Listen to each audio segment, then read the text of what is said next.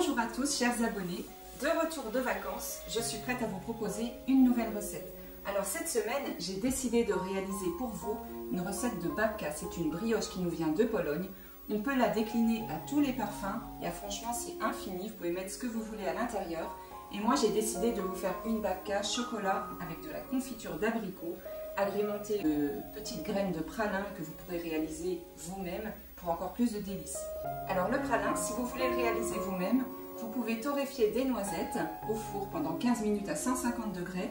Ensuite, vous réalisez un caramel, vous mélangez le tout, vous étalez le tout sur une feuille de papier sulfurisé, vous laissez refroidir.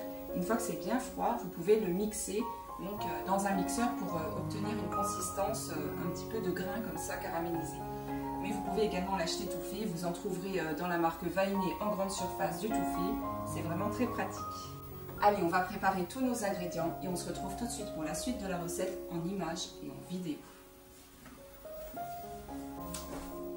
Pour la pâte à babka, 300 g de farine blanche, 120 g de lait tiède, 35 g de sucre, un œuf entier, 70 g de beurre froid, 10 g de levure fraîche de boulanger et une pincée de sel. Pour la garniture de notre babka, 150 g de pâte à tartiner au chocolat, 150 g de confiture d'abricot et 100 g de pralin. Donc pour le pralin, j'ai opté pour la marque Vainé que l'on trouve très facilement en grande surface. Maintenant que tous nos ingrédients sont préparés, on va pouvoir débuter notre recette. Alors on va commencer par mettre comme d'habitude tous les ingrédients liquides au fond de la cuve du robot, tout ça pour éviter que la pâte ne se colmate au fond du bol. Alors on va commencer par mettre l'œuf entier, puis le lait tiède. On pourrait vraiment le mettre froid le lait, mais en fait ça c'est pour activer la fermentation de la levure directement. Ça va un peu plus vite. Donc la pincée de sel, le sucre, notre farine,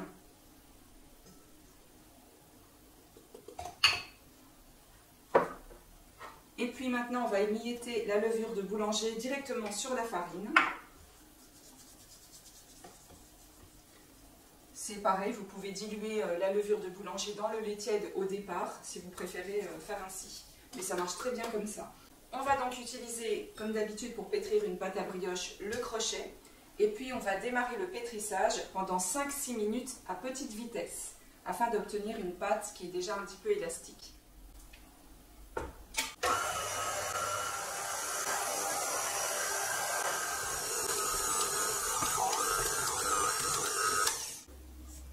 Alors au bout de 6 minutes, on obtient une pâte qui a acquis une certaine souplesse.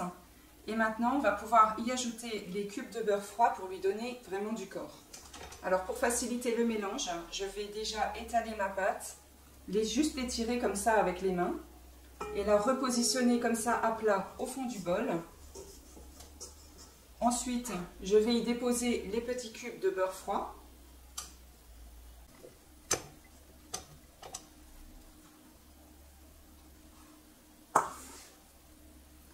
Et puis, je vais venir enfermer le beurre avec notre pâte. Ça va faciliter le mélange, étant donné que le beurre a toujours tendance à se coller aux parois du bol quand on l'incorpore à une pâte à brioche. Ensuite, je remets mon pétrin en route et c'est reparti pour 6 minutes de pétrissage à vitesse moyenne.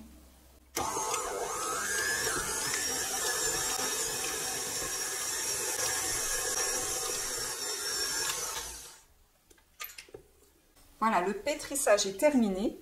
Donc on peut voir qu'on a une pâte qui est vraiment bien lisse et homogène et qui a acquis vraiment une certaine souplesse.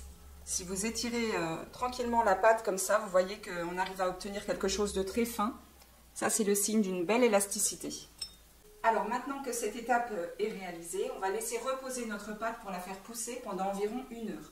Comme on est en été et que la température ambiante de la pièce est assez chaude, je pense qu'1 heure suffira, mais ça c'est vraiment en fonction de votre température intérieure. S'il ne fait pas assez chaud, vous pouvez aller jusqu'à 1h30 sans problème.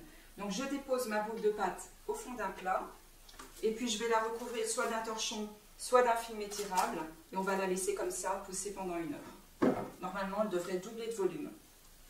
À tout à l'heure. On se retrouve après le repos et on peut constater que notre pâte à babka a bien poussé, elle a doublé de volume. Donc elle est prête. On va lui ôter le film alimentaire. Alors il est temps pour nous de la dégazer, donc on va la déposer sur notre plan de travail.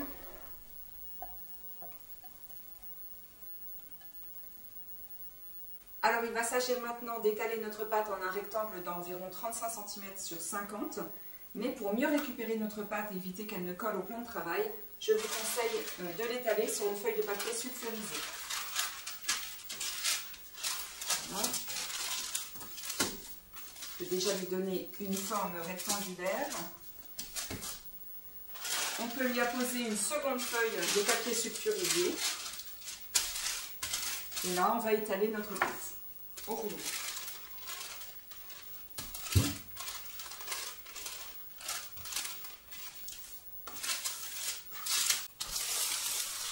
On peut même pousser avec le rouleau. Ça va très très bien aussi.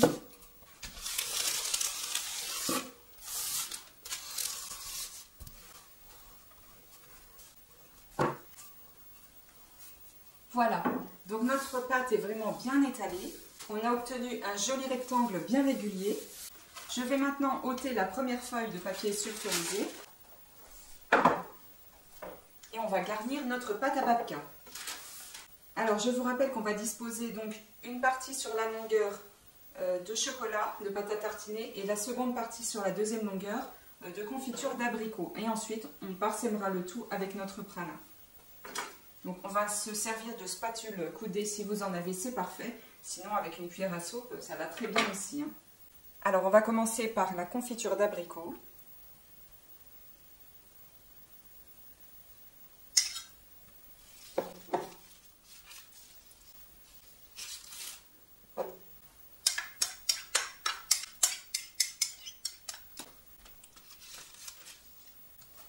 Ensuite on va passer à la pâte à tartiner.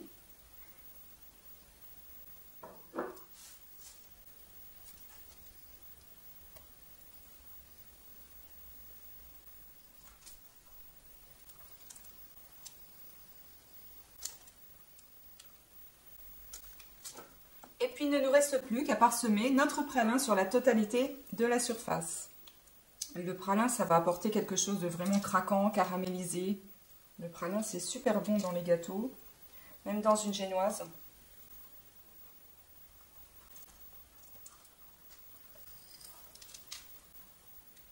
On peut en garder un tout petit peu pour mettre à la surface de notre babka avant de la passer au four. Et maintenant, on va passer à l'étape du roulage. Donc on va rouler comme une bûche. On ne va pas trop la serrer car il faut laisser à la pâte un petit peu de place pour bien se développer. Donc là, on peut s'aider avec le papier sulfurisé. Hein, il suffit de le soulever et ça se roule tout seul.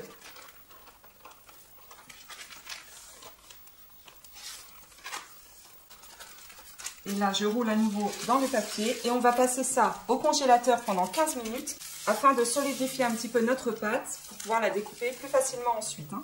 Donc 15 minutes au congélateur.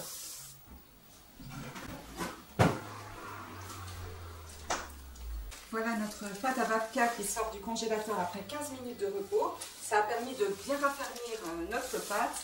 Ça va faciliter le découpage et quelque chose de régulier. On va lui ôter le papier sulfurisé. On va maintenant découper notre rondin qui est raffermi sur la longueur avec un bon couteau qui coupe bien tranchant pour pouvoir la façonner ensuite en une torsade. Alors je vous conseille de ne pas découper à partir du bord. On va laisser une petite marge de 2 cm pour qu'elle ne se désolidarise pas complètement. Donc seulement d'un côté, l'autre côté on peut couper jusqu'au bout. Ensuite, on va venir déposer délicatement notre torsade sur notre plateau de cuisson. Et on va réaliser donc un espèce de tressage, comme ça en laissant apparaître la partie ouverte au-dessus.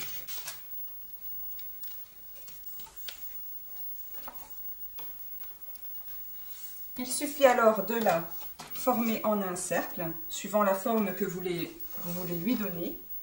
Et puis on va y déposer le reste de pralin. On va laisser notre babka lever encore 30 minutes à température ambiante avant de passer à l'étape de la cuisson. On se retrouve après repos pour la dernière étape de notre recette, c'est-à-dire la cuisson. Notre babka a bien gonflé, elle est prête à passer au four. Alors n'oubliez pas de faire préchauffer votre four à 180 degrés en chaleur tournante. Et pour lui permettre de garder une forme arrondie, on peut lui apposer un cercle autour.